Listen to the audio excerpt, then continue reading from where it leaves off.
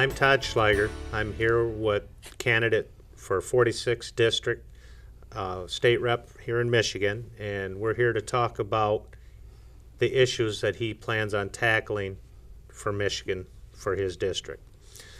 Okay, how you doing today? Not bad, not bad. Okay. First, let's start out with the state budget and taxes. Okay, first thing I want to say on issues is that we have such a divide in the legislature that issues have been bypassed or argued over. However, there was one issue that came up, and it happened in December of 2014, where the legislature went up to Lansing and wanted to get home for Christmas.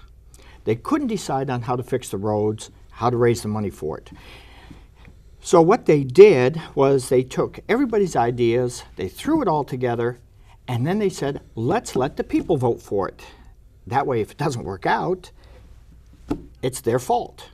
Now, are you talking about Proposition 1? Yes. Okay. Where they said it was 1 penny. That was a lie. It was not 1 penny. It was a big conglomeration of ideas that would have cost the taxpayer a lot of money. It was just different ways of getting money and bringing it in one way and shifting it to another. The reason I bring that up is because they're not telling you the truth. You can deal with the truth. You can make an honest, educated assumption and decision on the truth. But when they try to deceive you, and they spent $28 million trying to do that, they blamed the newspapers for ruining it. The fact of the matter was, it was a lie. And any state rep that went back to his district and tried to push that lie, I'm sorry, no respect for him. Well, I very well remember Prop 1. It had about 10 different laws hidden behind Yeah. it. And I believe the people got wise to that one. Yeah. And they voted overwhelmingly no against it. If I remember right, it was right near 80%. Yeah. Well, I got to tell you, there's nothing more dangerous than an educated voter. And that's the one thing, one of my priorities. I want the people to be educated. I want you to know accurate information so that when it comes up, you can really let them have it. I mean, if I remember right, they were pushing Prop 1. It was a 1 cent raise to sales tax. That's what they said.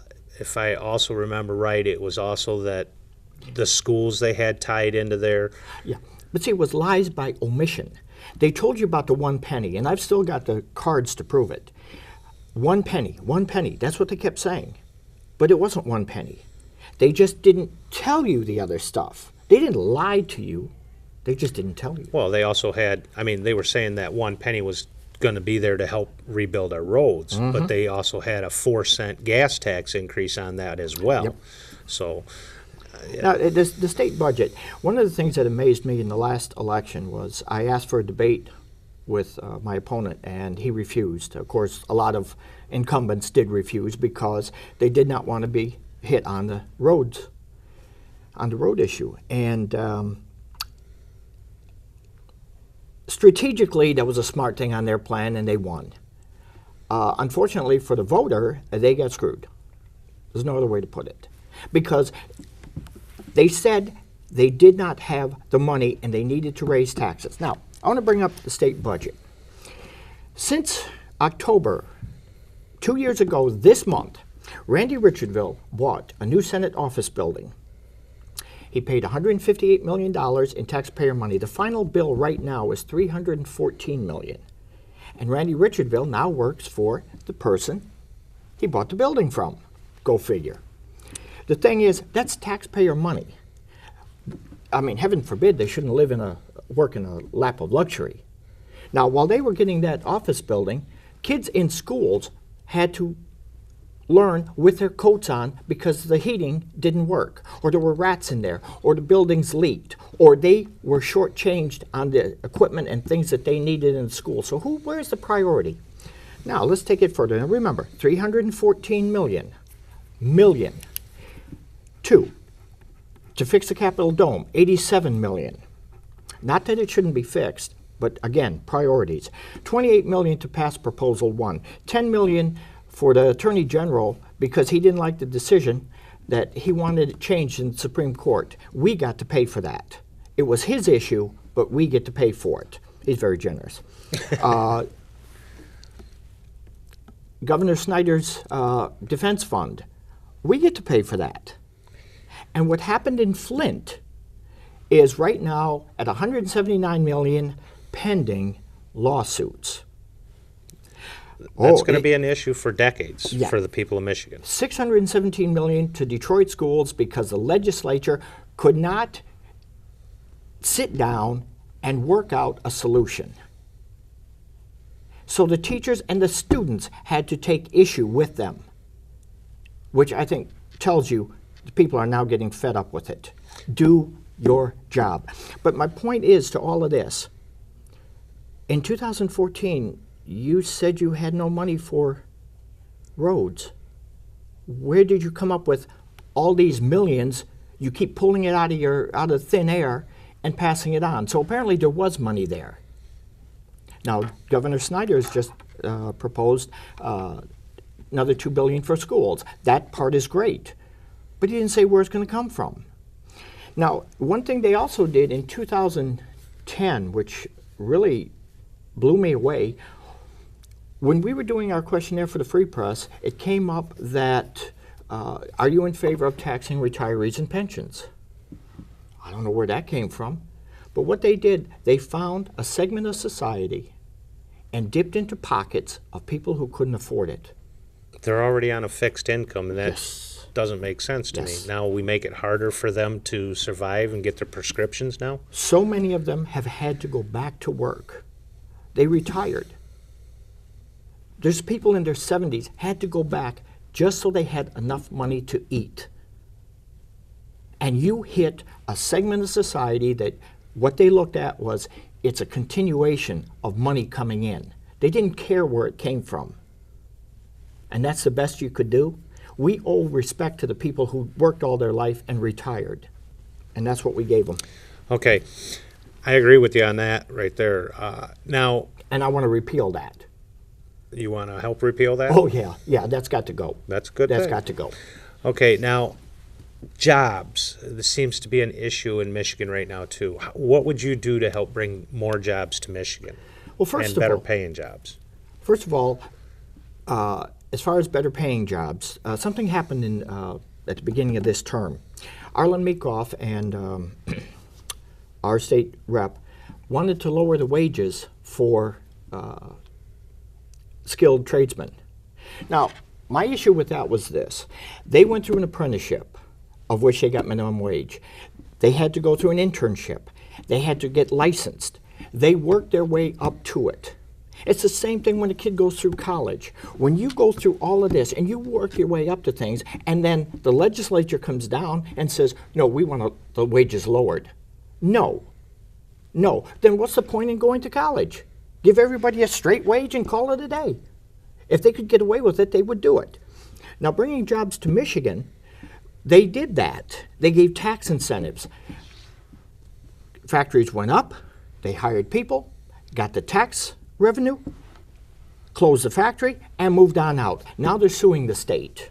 For their incentives. Yes, and we're going into the millions of dollars. And we have a list showing all the jobs that came and went and the factories that came and went. And when I asked the legislature about it, they told me, well, we made a few mistakes. Well, isn't that funny how bipartisan or how partisan politics works? When the Democrats were in and they made mistakes, it was a tragedy. They didn't know what they were doing. But when your party does it, well, we made a few mistakes. Now, what we need is an infrastructure that's going to attract people and a tax plan that's not going to beat them up. You know, we will give you a tax incentive, but there's also guidelines where you have to stay. You have to do certain things in order to get that. You don't come in, build, close, and leave. Kind of like accountability for it. Yes, and the state will help you up slowly. The more your company is successful, the more we're going to help you. If you do start to have trouble, the state needs to have a plan to help them become successful. Now, we have enough colleges here and enough educated people here and workers, great workers, in the state of Michigan. We have something that they need to really pay attention to. Water, fresh water. And one of the things that I'm really angry about is, and I've complained to our state legislature and to the federal legislature about states that want to come in and pipeline our water from Lake Michigan down to Arkansas, Alabama, and Texas. Now, New Mexico and Arizona are in on it. If I go up there, I don't care what it takes, we will protect our water. You do realize, though, that we do have an 8-governor panel that does protect our Great Lakes. Yes, but the federal legislature and the people with the money have also sent money to those governors to get them in. A lot of people don't know that. This is money coming in from other states to buy influence. There's also enough votes in the federal legislature to make that happen. So what we need something more ironclad. It is not going to happen. If you like the water so much, y'all left Michigan, come on back, because now you see that we weren't so bad. That's good. All right. Now, what about emergency managers? The emergency manager system, the concept itself is good. How it's run is ridiculous. Now, what happened in Flint was just somebody's ego that got out of hand.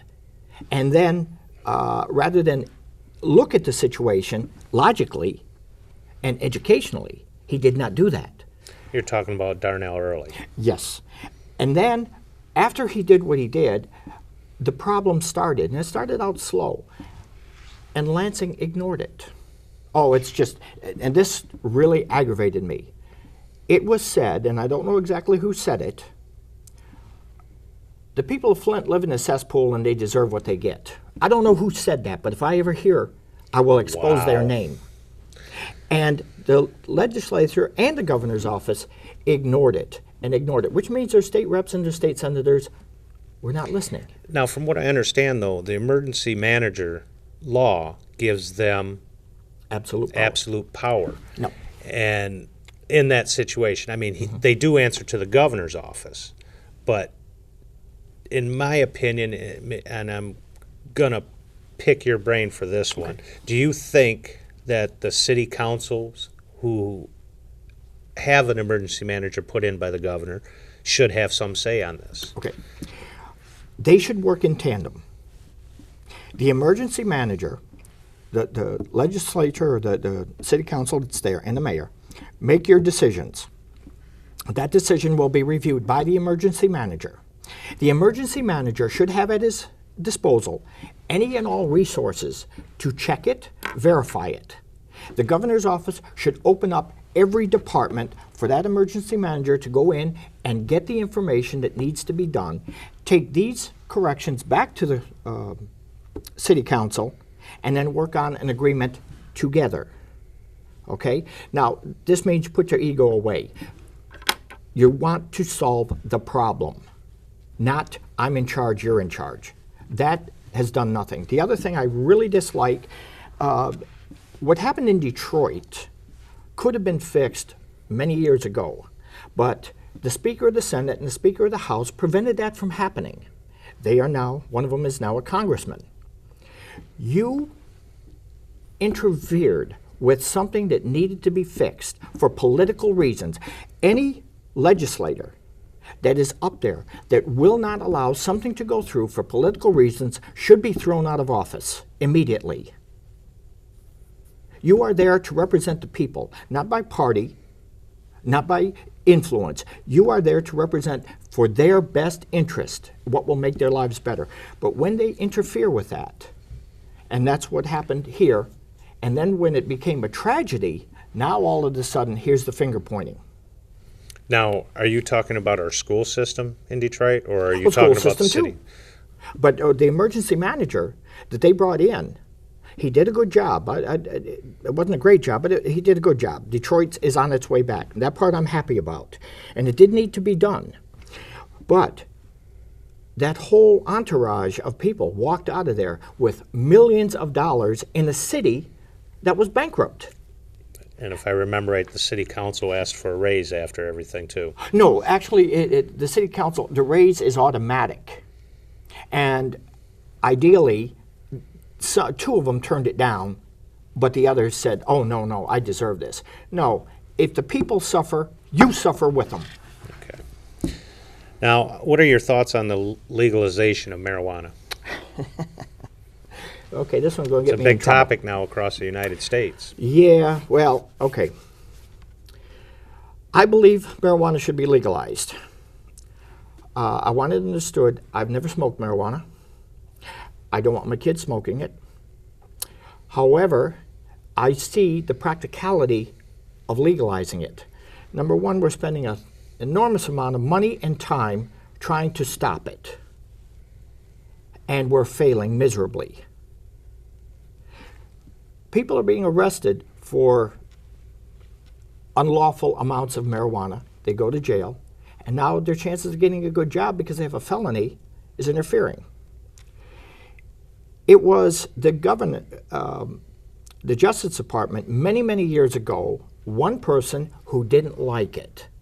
So he pushed that it was illegal and put all kinds of propaganda against it. Now, as I said, I don't smoke it. I have no intention of doing it. But for the amount of money that we are spending to incarcerate people, to put them through the court system, for police to be chasing after something that's rather pissant, is ridiculous. However, the other thing that's involved is how many people are being killed over territory in selling it. That would need to stop. On the upside, if it is controlled by the state can make sure that everything is done accordingly, and they will get tax revenue. Rather than dump money into a system and get nothing in return and start filling up the jails, do you know it costs $47,000 to $53,000 a year to house a prisoner? There's people that don't make that a minimum wage. Right. So the person in jail is actually living better.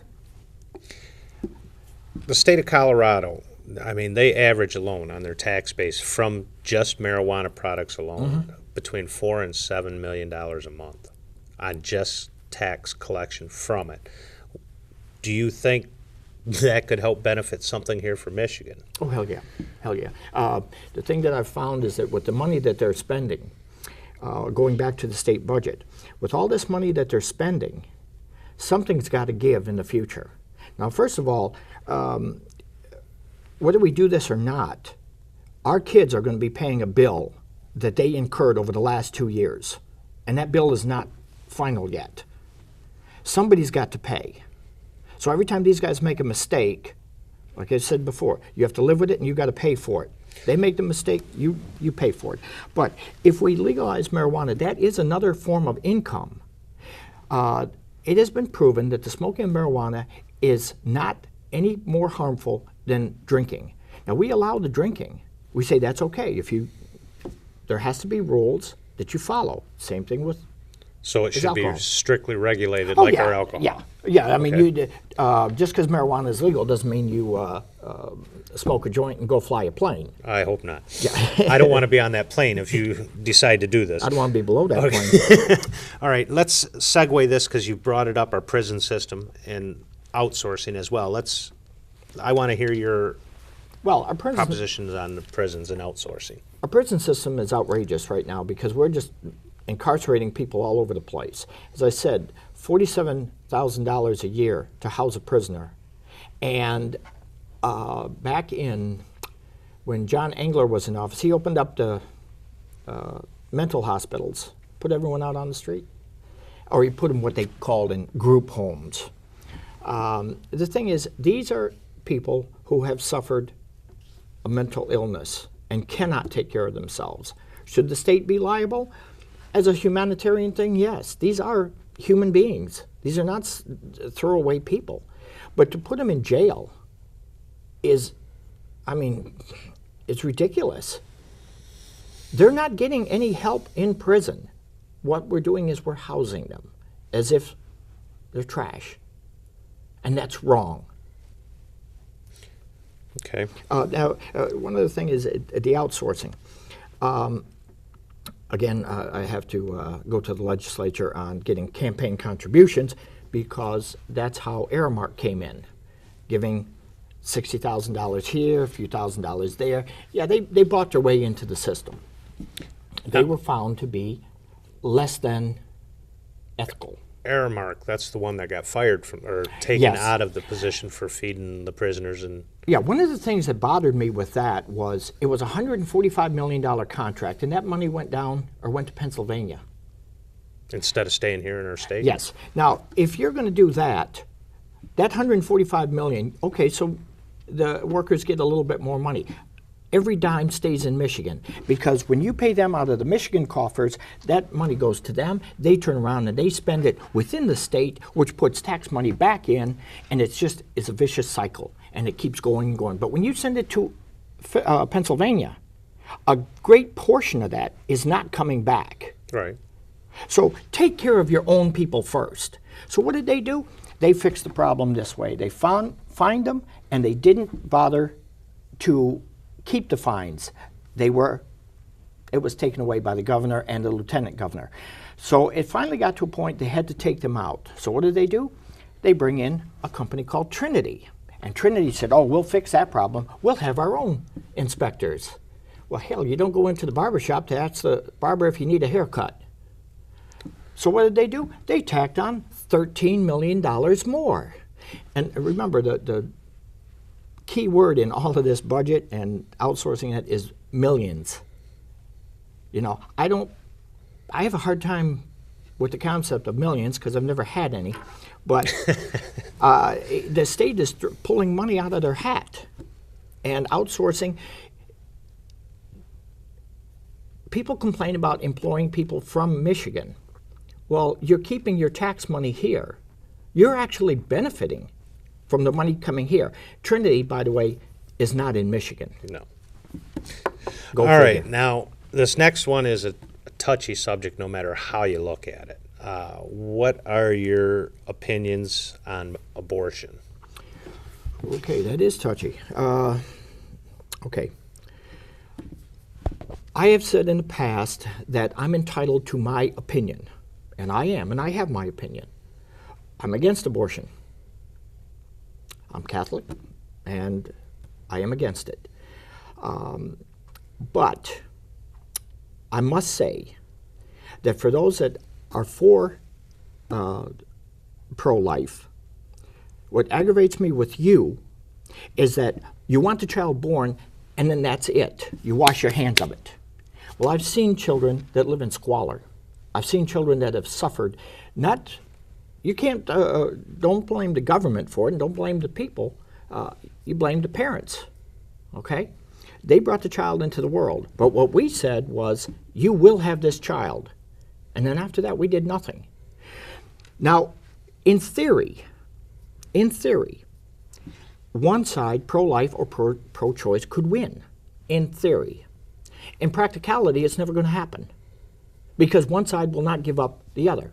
So what I proposed, and I've proposed the same thing year after year after year, I, as a state legislator, will take the time on weekends to work with pro-life, pro-choice, and Planned Parenthood. We all come together. Let's attack the problem. Let's show people that when you have a child, you have responsibility. If we can decrease the number of unwanted pregnancies, then at least we're going in a step in the right direction. But all we do now, it's just a campaign issue. And some legislators actually use it to get votes. They scan the area, see where the wind is blowing, and that's the way they go. I say, let's do something.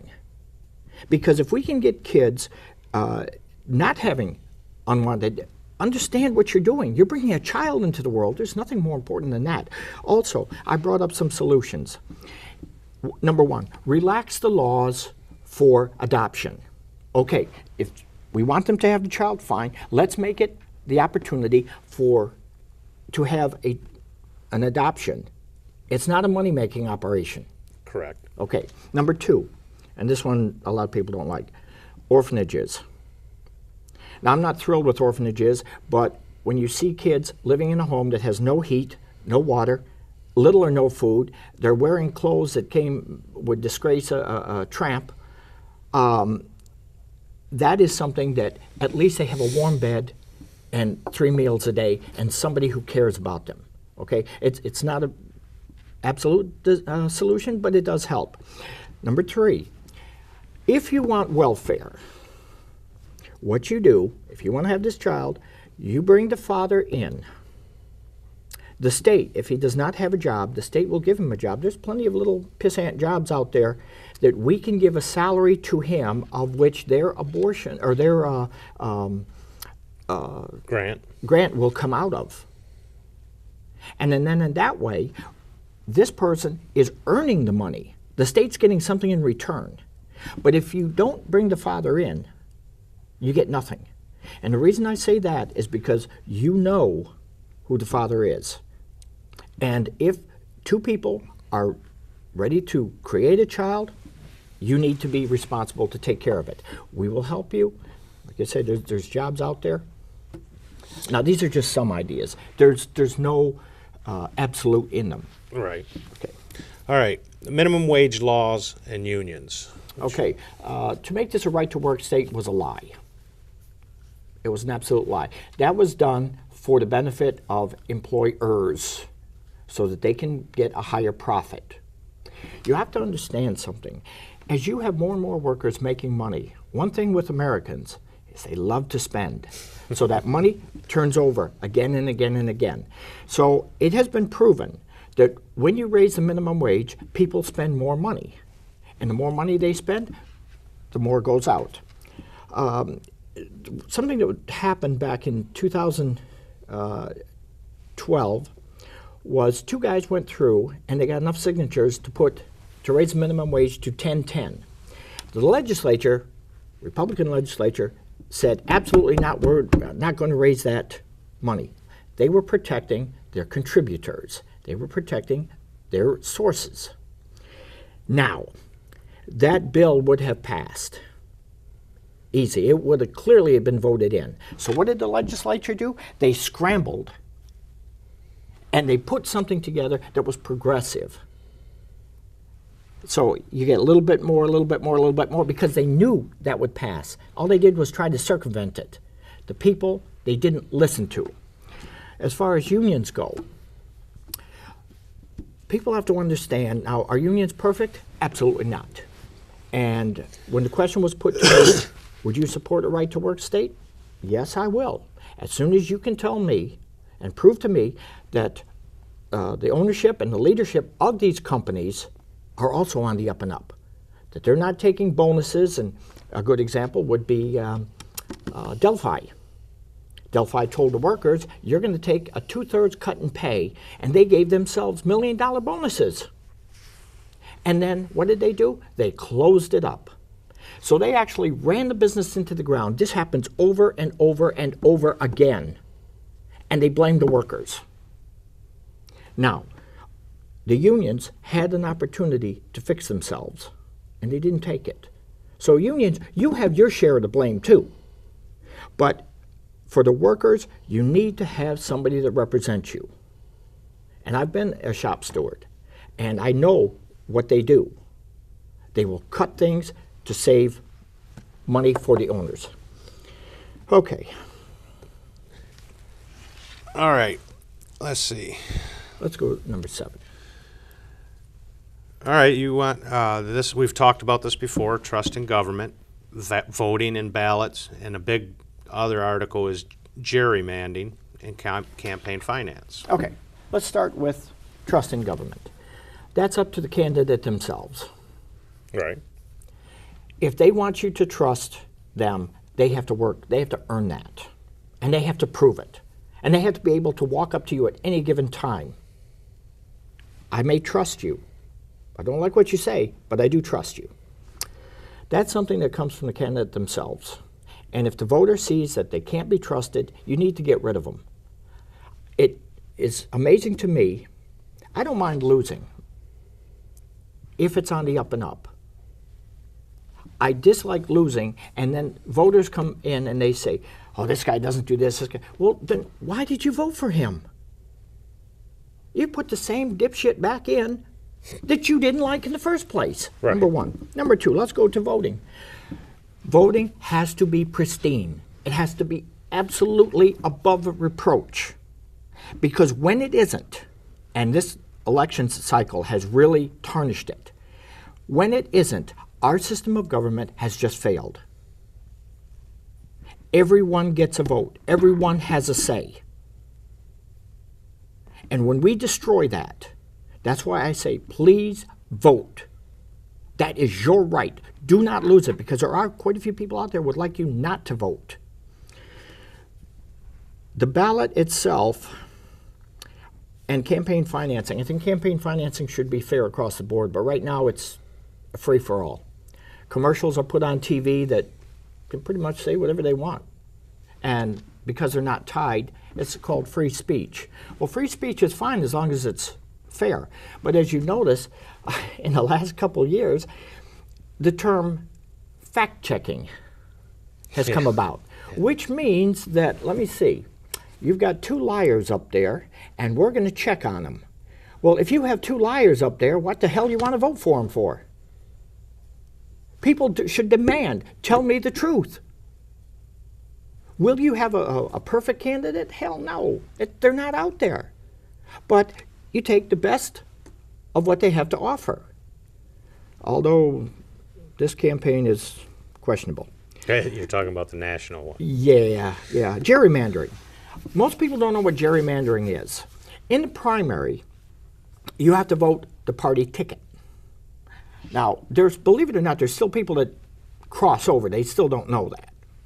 And what they do every 10 years after the census, they redraw the district lines. Now, in the state of Michigan, it is against the law for both parties to be involved in that. It's supposed to be independent, but they do it anyway. Why? Because they're both in on it. So neither one is going to tell on the other because they're both doing something crooked. The thing is, what they do is you cut out a section of 85,000 people, or whatever the race is. If it's for Senate, I think it's 146 million, or 146,000. And you cut out that space of the population, and then people within that district run. But what they do is they cut it and curve it and chop it up, and they find out how you voted through the primary. They didn't find out who you voted for, but they found out how you voted. And then they cut and weave and turn. In other words, they try to benefit their party. Exactly. Now, there is a system out there, and it has been proven by the League of Women Voters, and we're going to try to get them on here, that gerrymandering is illegal in this state. Okay, I'm Todd Schlager. Again, we've had David Lillis running for state rep of the 46th district, and we'd like to thank you for your time today, and hopefully we answered some of your questions. Is there anything you'd like to say, Les? Yes. I want the voter to understand something with me. I am entitled to my opinions, and I do have them. But as a state rep, my job is to vote what the district says, all 85,000. What the district wants, the vote belongs to you. And that's how it will be cast. If I see something one way and you see it another, my obligation is to vote on how I am told to vote. I will not vote on what I think. I do not tell you how to live your lives. You tell your state rep, cast this vote on my behalf. And that's how it's supposed to be done, and that's exactly what I'm going to do. Thank you.